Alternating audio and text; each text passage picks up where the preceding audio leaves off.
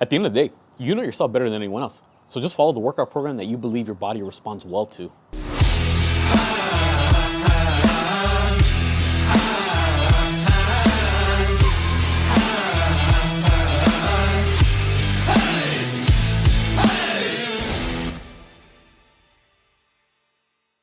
What's up, everyone?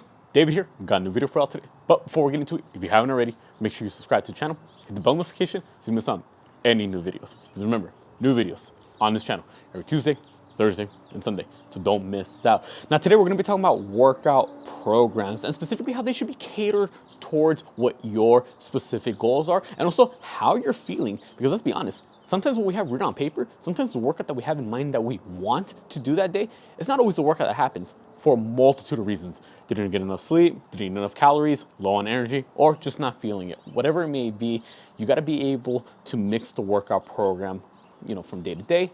But overall, after a long period of time, it follows a certain template.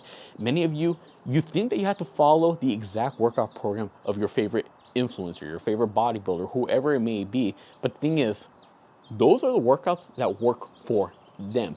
You got to be able to figure out what are the exercises that your body responds the best to, and also what is the frequency you can work out that your body can handle the most. So for the sake of this video, I'm just going to be sharing with you what has worked for me and my thought processes and what went into account for me to know that I need to do this exercise and I need to do this, and why these are the questions you need to be asking yourself to determine what is the best program for you to help you reach your goals.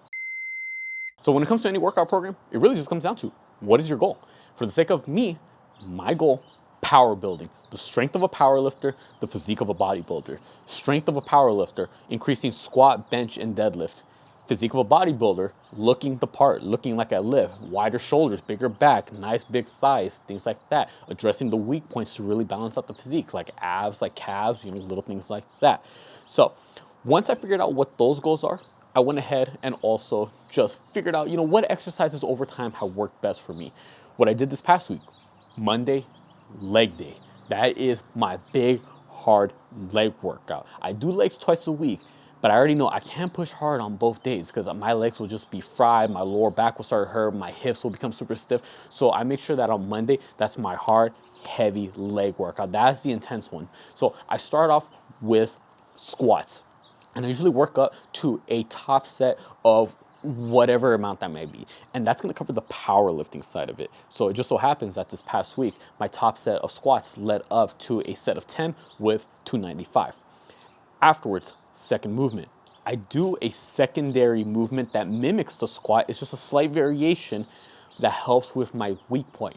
When I squat, I typically struggle with the bottom half of the movement. All right, so what's a good movement for that? That could really help it out? Box squats. One head and did 3 sets of 10 on regular box squats. Afterwards, now I'm thinking of the bodybuilding. Everything else from here, no longer powerlifting. I already got my powerlifting side of the workout out the way with the squats. Now let's focus on the bodybuilding. Let's focus on the quads. Let's focus on the hamstrings. Let's focus on the calves. So for quads, what did I do? I went ahead and moved on to some hack squats. Good deep stretch in the quad. And then I also did leg extensions. Good contraction at the top, slow and controlled on the way down. That's it for quads. Did 4 sets of each. And then moved on to the hamstrings, because again, you do need good hamstrings. That's part of bodybuilding. It's a muscle. Let's go ahead and train it. Just because it's not visible doesn't mean that you shouldn't be training it. So went ahead and did some seated leg curls, 4 sets of 12, and then we did some back extensions. Same thing, 4 sets of 12. And then calves, throw them on at the end. Since this is my heavy squat day, my main leg day of the week, calves are not as much of a priority. It's a little bit more of quad emphasis with a little bit of hamstring. So calves, I just did one exercise, just standing calf raises, nothing too crazy. 4 sets of 10, heavy, full contraction, full stretch. That's pretty much it for Monday. Over time, those are the exercises that work best for me. Notice how I didn't say RDLs. Me personally, I'm not a big fan of Romanian deadlifts. Many of you may be. That's a good glute exercise. That's a good hamstring exercise. But over the years, I just found that that's just not something that works well for me, especially after my heavy squats. My lower back and my hips are just, it's just too much to handle on the joints. So I'm okay with getting away with that movement. But if you want to include it in yours, go for it. Second day. Now we're looking at bench press. All right, so for powerlifting terms, it's my bench press day, but for most bodybuilders, it would be more of a general chest and shoulder day. So start off with bench press to cover the powerlifting needs, worked up to a top set of whatever rep scheme you may need. For me, it just so happened that this week, my top set of 10 was for 205. That's what we're working up to. And then secondary movement is some variation of that bench press. So in this case, a pause, because I usually struggle with the bar coming off the chest. I'm really good at the lockouts. It's just the bottom half. So pause benching, adding a pause, bar touching the chest for a quick sec, and then exploding up, 3 sets of 10 with that. And then after that, done with the powerlifting side, done with the main strength movements. Now it's time to move on to the bodybuilding side. Now at this point on, I'm going light and I'm chasing that pump, getting as much blood into the muscle as I can. So went on to incline. You look at any bodybuilding program for chest day, for chest workouts, there's always going to be some type of incline that's going to really help out build up the upper chest, because that's something you can, as a guy especially, you can never have an overly developed upper chest. Lower chest is super easy to get built up. The upper, that's where we got to put in a lot of work. So I'm going ahead and did some incline Smith machine press. Again, taking the years and taking the time to figure out what exercises I like best, which ones work best for me. I just found out that Smith machine really works. For years, I was just doing dumbbell and barbell incline. I never really did Smith machine because I was always under the impression that, the Smith machine, that's cheating, that doesn't count. But for bodybuilding, getting that upper chest pump, oh my God, ever since trying it on Smith machine, I'm never going back to dumbbells and barbells. So again, that just goes to show you, you gotta take the time to figure out what works best for you, what feels best for you. Smith machine for incline, perfect. Then went ahead and did some cable crossovers. Again, just squeezing those pecs, getting as much blood flow in there as possible. Then went ahead and moved on to delts. Realistically, when it comes to my shoulders for chest day, or chest and shoulder day, I only work the front delt and the side delt for this particular day. Side delt, dumbbells. Some people like doing it with cables. Me personally, it just takes so much time to lower the pulley, to get the cable down low, and I'll just do it with dumbbells. There's nothing wrong with that. And then front raises, good control all the way up, squeeze, slow and control on the way down. Those typically seem to be what works best for me. I have the tendency for front delts to do it a little bit more so with the barbell rather than dumbbells. That's just what I personally like. But again, everyone's workout is gonna be a little different. Cater it to your needs. That pretty much sums up my push day or chest and shoulder day. Day 3, now we're looking at back or pull day, however you want to say it.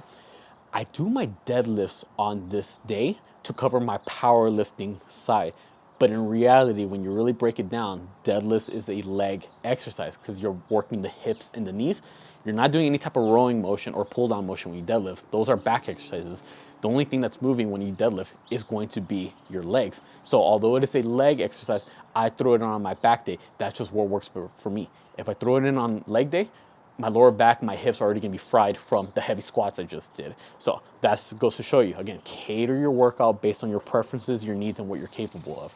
Worked up to a top set of 335 on the deadlifts.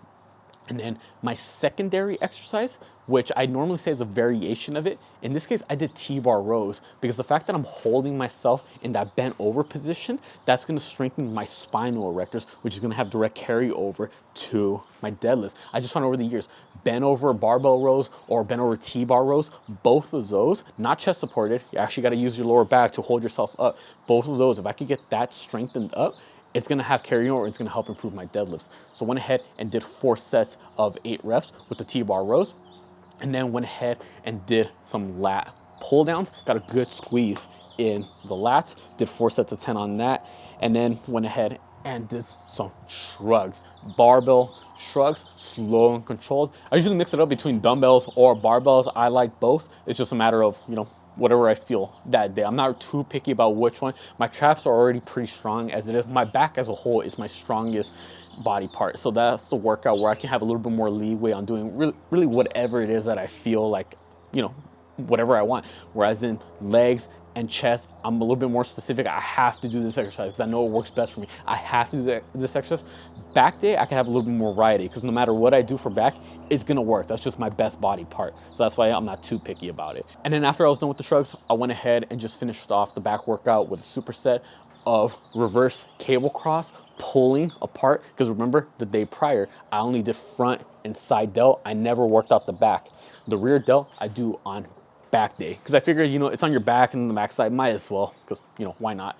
And then superset that with body weight ring rows. I am a big believer in body weight exercises. I always tell people, how do you expect to lift hundreds of pounds if you can't even lift your own weight? No. Before you can add any external weight to your body, you got to be able to lift your body up first. So I always say, if you can, try to throw in at least a couple body weight exercises for each workout that you do. Chest day should be obvious, any type of push-up or dip variation.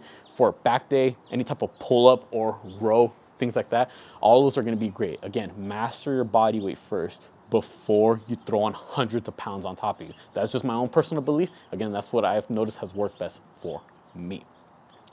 Thursday, now we're hitting legs again, but this one's gonna be a little different. I already worked legs earlier in the week, and my body just can't take another heavy lower body compound lift. I already squatted heavy on Monday. I already deadlifted heavy on Wednesday. By Thursday, I'm not doing any of those again, but I am gonna be training legs. So now this is where we're looking at the accessories. So a little bit more powerlifting mentality. What are the smaller exercises that are going to have carry over to the bigger ones? But we're also looking at as bodybuilding, bring up the weak points. And I think it's fair to say for most bodybuilders or most guys, what's our weak point in our legs? Calves. So there is a huge calf emphasis on the second leg day. And I'm also doing abs, because if you notice, I haven't trained abs at all during this point. I do believe you need some type of direct ab workout. You don't need to do abs every day. Abs are super easy to build up. As long as you're lean enough, abs are always gonna show. It's more of just, getting a little crunches here and there, a little leg lifts, just something, just so I could say I trained abs. So when it came to my second leg day of the week, a lot of supersets, since all the exercises I'm doing realistically are not as fatiguing as like big barbell lifts. I can get away with supersetting and jumping back and forth and getting minimal rest in between. So I started off standing calf raises, supersetted with cable crunches. The standing calf raises, I'm doing super high reps though. I'm doing 10 reps with my toes pointed out, 10 reps with my toes pointed in, and then 5 reps with my toes pointed forward. So this way, I'm hitting every part of the gastroc right here, the big ball of calf right here, the big ball in your calf muscle. That's the part that sticks out. That's what I need more of. So depending on how you angle your toes, that's gonna aim different parts of that muscle. Then superset with just some cable crunches, nothing too crazy. Then went ahead and did some more calf raises on the leg press to give my lower back a rest, so it's not just crushing down on me all the weight. And then supersetted that with leg lifts. And then finally finished off calves with some seated calf raises to hit the soleus, because remember, seated calf raises work this bottom part right here, the thinner part of the calf doesn't really work this much, or at least not as much. And then supersetted that with Russian twist. So yes, although I'm working abs, which is the front part right here, I also got to be on the lookout for the obliques, the sides right here, all good core work, just some Russian twists, nothing too crazy. That was the big emphasis and the main priority for this given leg day, calves and abs, the weak points. And then afterwards, I move on to the next exercises. I do direct hamstring exercises. So I went ahead and did again seated hamstring curls and back extensions, and then I actually did the leg abductors opening up because I need strong hips. You have stronger hips to open up the knees, that's gonna carry over to your squat, because what do you do in your squat? You open up your knees as you go down. And then I just did some hip thrusts for glutes, because again, having stronger glutes carries over to a stronger deadlift and a stronger squat. So that's my second leg day of the week on Thursday. A lot easier than the first one, but still putting in effort to bring up the smaller muscle groups to really match up the rest of the physique for my bodybuilding needs, and also getting stronger in those smaller movements so that way they have carry over to my squat and deadlift technique for my powerlifting needs. And then lastly, arm day on Friday. Probably the easiest workout of the week, probably one of the most enjoyable ones of the week.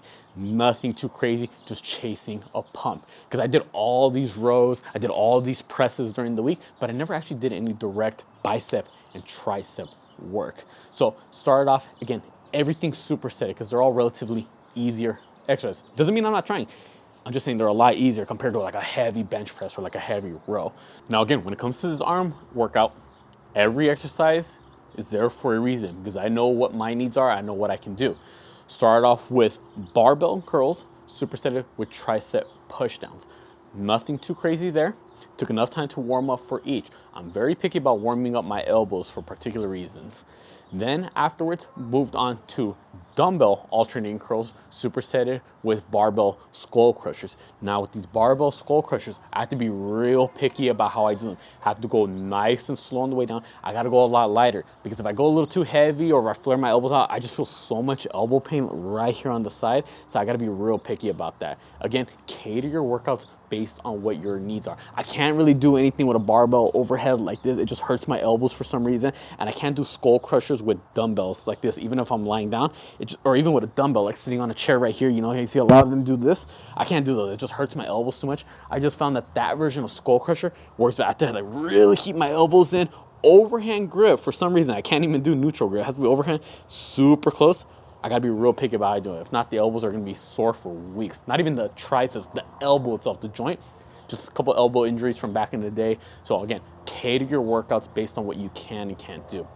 And then finished it off with forearms. A lot of you don't train forearms, but I know that's important for me for two reasons. For bodybuilding sake, who wouldn't want nice, well-developed forearm? When you're wearing a shirt, it doesn't matter how long the sleeve is, what's the only muscle that's for sure always gonna be visible? Even if you got a long sleeve that you kind of rolled out or 3/4 baseball tee, forearms are always gonna show. You have nice, thick, veiny forearms, that's gonna stand out. For performance-wise, for powerlifting, stronger forearms means stronger grip strength. You got stronger grip strength, you're gonna hold on to barbells. You're not gonna be able to drop deadlifts. Everyone wants strong grip strength. When you go to shake someone's hand, that's something that they notice. So again, just dumbbell wrist curls like this to work out the big beefy part of your forearm, and then flipped it over, superset it with wrist extensions to work the outer forearm as well. Both equally important. And that pretty much just sums up my weekly workout. So there you have it, everyone. Again, Monday through Friday, legs, chest and delts, back, legs again, arms.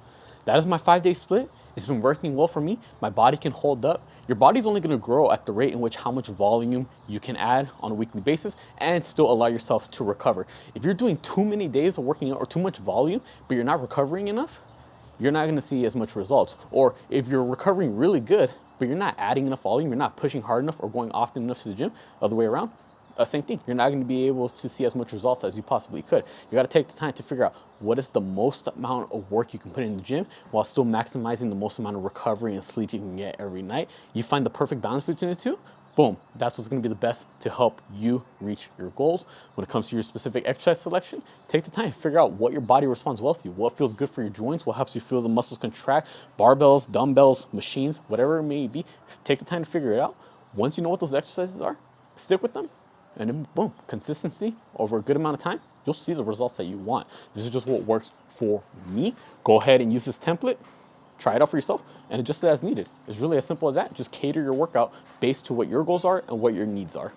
Comment down below if this video was helpful. Comment down below what is your weekly workout split, and also comment down below any other video suggestions you'd like to see me do, whether it be about mindset, motivation, nutrition, diets, workouts, programs, whatever it is, comment down below. Let's try to help each other out. Also, be sure to subscribe to my channel so you don't miss on any new videos. Because remember, new videos on this channel every Tuesday, Thursday, and Sunday. So don't miss out.